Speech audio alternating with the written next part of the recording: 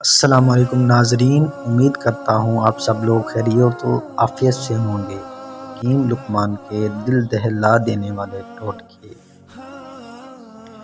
اس کی موت جان لیوا مرض میں مبتلا ہو کر آئے گی، جس کو کھانے کے دوران ہچکیاں شروع ہو جائیں تو سمجھ جاؤ پوری طرح وہ صحت مند ہے۔ جو سیدھا سونے کا عادی ہو تو سمجھ جاؤ اس کے بدن پر بال جلدی آ جاتے ہیں۔